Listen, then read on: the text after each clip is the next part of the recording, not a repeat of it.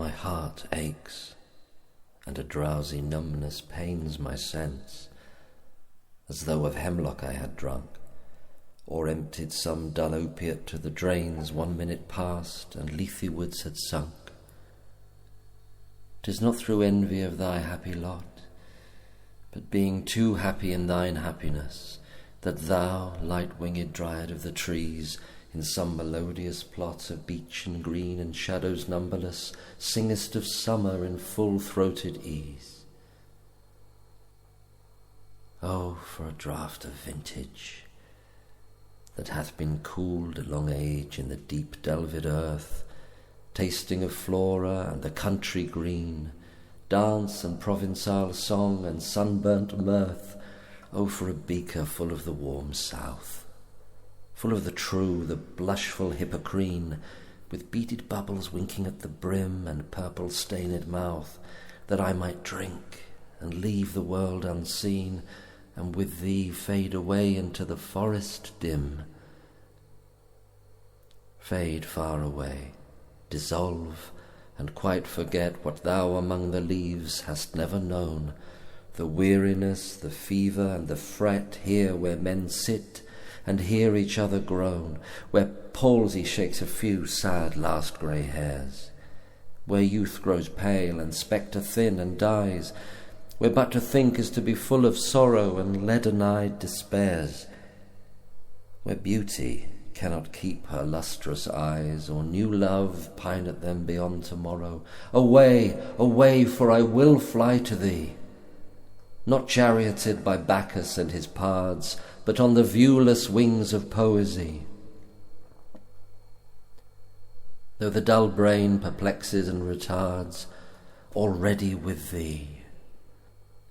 Tender as the night, and haply the queen moon is on her throne, clustered round by all her starry fays, but here there is no light, save what from heaven is with the breezes blown, through verdurous glooms and winding mossy ways. I cannot see what flowers are at my feet, nor what soft incense hangs upon the boughs, but in embalmed darkness guess each sweet, wherewith the seasonable month endows the grass, the thicket, and the fruit tree wild, white hawthorn, and the pastoral eglantine, fast fading violets covered up in leaves, and mid-May's eldest child, the coming musk rose, full of dewy wine, the murmurous haunts of flies on summer eves. Darkling I listen, and for many a time I have been half in love with easeful death, called him soft names in many a mused rhyme, to take into the air my quiet breath. Now more than ever seems it rich to die, to cease upon the midnight with no pain, while thou art pouring forth thy soul abroad in such an ecstasy. Still wouldst thou sing, and I have ears in vain, to thy high requiem become a sod. Thou wast not born for death, immortal bird. No hungry generations tread thee down.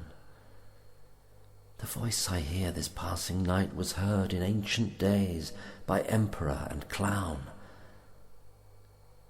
Perhaps the self-same song that found a path through the sad heart of Ruth, when, sick for home, she stood in tears amid the alien corn.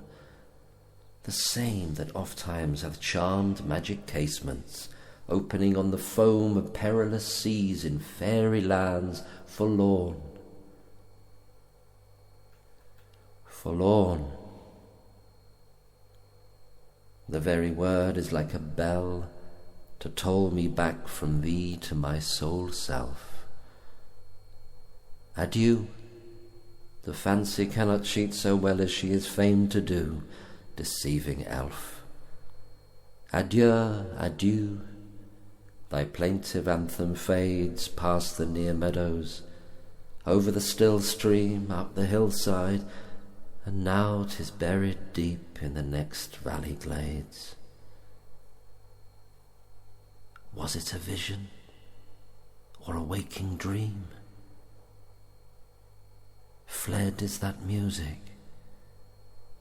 Do I wake or sleep?